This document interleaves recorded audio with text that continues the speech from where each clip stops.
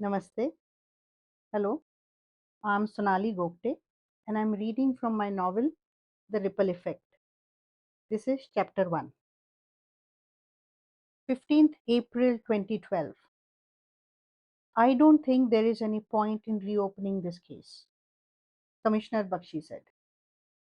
Then raised his hand when Neil was about to make his point and said, "But we will follow the orders and provide you all the support you need."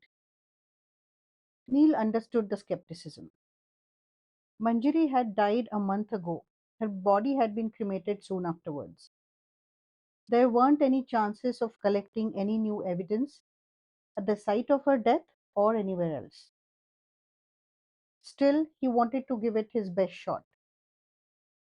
He nodded to the commissioner and said, "I understand where you're coming from, sir, but if we put in enough thought and effort, and if we are lucky, we might be able to figure out what happened." The commissioner kept quiet for a few moments and eventually said, "Luck will have to be on your side." Then he indicated that the meeting was over by saying, "Work out the details with ACP Sati." After a quick meeting with ACP Sate and Inspector Pathare, both of whom seemed willing to help, Neil walked out of the commissioner's office complex and got into his rental car. He thought back to the meeting in Delhi after which he had agreed to take on this case. He had to get to the bottom of this. Failure was not an option.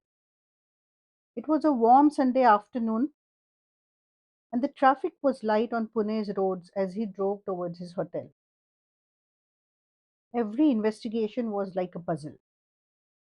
Some puzzles you managed to solve, and others you gave up on mostly because the budget ran out. Another factor that halted a puzzle on its way to a solution was political pressure, like in this case. Now the case was reopened, but it was quite clearly an unusual case. While the state police would stay involved, the lead investigation would be Neil Bhargav, head of Detective I, a private detective agency in Delhi.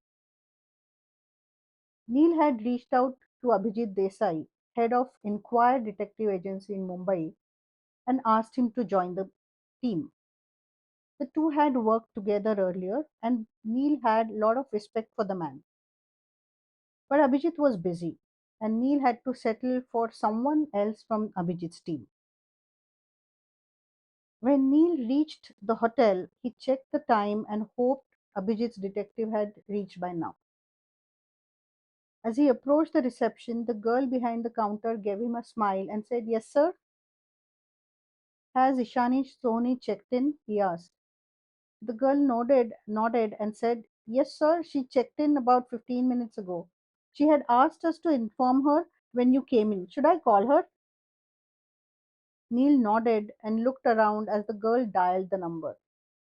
After a few seconds, she said, "Sorry, sir, she's not picking up the phone in her room.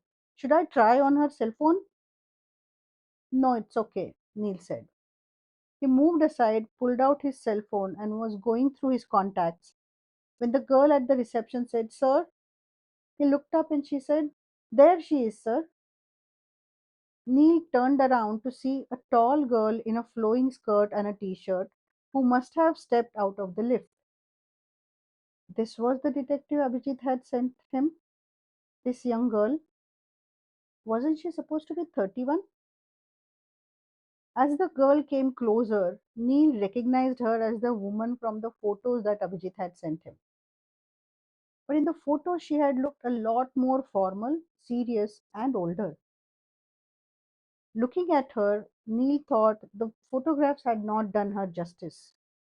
Ishani Sohni was an attractive woman. He acknowledged that if he had run into her somewhere else, he may have turned around to get a better look. He liked the way she walked tall and the way her skirt swayed to her rhythm. As Ishani came closer, she realized who he was. She stepped in front of him and offered her hand, saying, "Hello, Mr. Bhargav, I am Ishani Sohni." He shook her hand, collected his thoughts, and asked, "Were you heading to the coffee shop?" Yes, she looked a little embarrassed. "I was not sure if I should call you, if you were in a meeting or something. I was planning to send you a message at around about 4 p.m. Neil nodded. "Let's go to the coffee shop and talk." As they walked to the coffee shop, Neil said, "I believe you have come here directly from Himachal." "Yes, I was there on a vacation with my family," Ishani said with a ready smile. Once they reached the coffee shop, Neil let Ishani choose the table and was pleased when she selected a table in the corner that would give them a very good view of the entire shop as well as the two entrances. As they sat across from each other, Neil noticed how her shoulder length hair framed her face. He was still musing over this as the waiter approached them, and Ishani placed an order for a chicken burger. Once the waiter left, Neil went directly to the point. "What do you know about the case?" "Very little," she replied.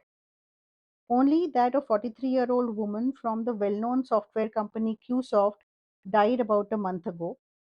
The case was closed. Her death was thought to be an accident.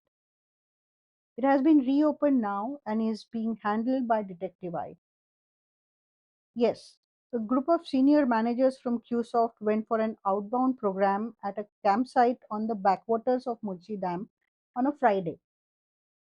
They were to return on Sunday, but on Saturday morning, they found Manjari Deshmukh's body in the lake." "I see. There were no injuries on her body, and though there were 18 people in the program, no one knows anything." "What does the postmortem report say?" "That the death occurred by drowning and that she had consumed a fair amount of alcohol. There was water in her lungs and alcohol in her blood." Ishani seemed to be absorbing this information. Then, after a couple of moments, she asked, "The case was closed within a week, I believe. Why was that?" Neil looked around and then, looking back at her, said, "QSoft wanted it closed as quickly as possible, not dragged out and chewed on in the media." Ishani tilted her head on one side and raised her eyebrows in question. When Neil didn't say anything, she asked, "Why?" "A year ago, one of the four founders of QSoft walked out and said some nasty things about the other three. QSoft's response to the allegations was a knee jerk reaction. As a consequence of the messy dispute, which played out in the media, they lost face and customers. You might have heard about their financial troubles since last year. If this case was to get dragged out, it would have been expensive, they felt. So they decided to do what needed to be done: close the case quickly and prove that it was an accident." They got quiet as the waiter came over and served their order. Then Ishani asked, "So, how did it reopen?" Neil knew this question would come up, and he didn't have an easy answer to it or a way to evade it. So he told her what he could.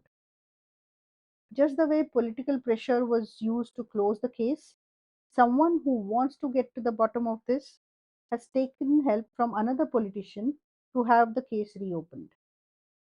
Someone who wants to get to the bottom, Ishani mused. Manjari's family? Manjari didn't have any close family. She was not married, was an only child, and had lost both her parents in an accident 4 years ago. "Oh!" Ishani exclaimed. "Then who?" She sounded perplexed.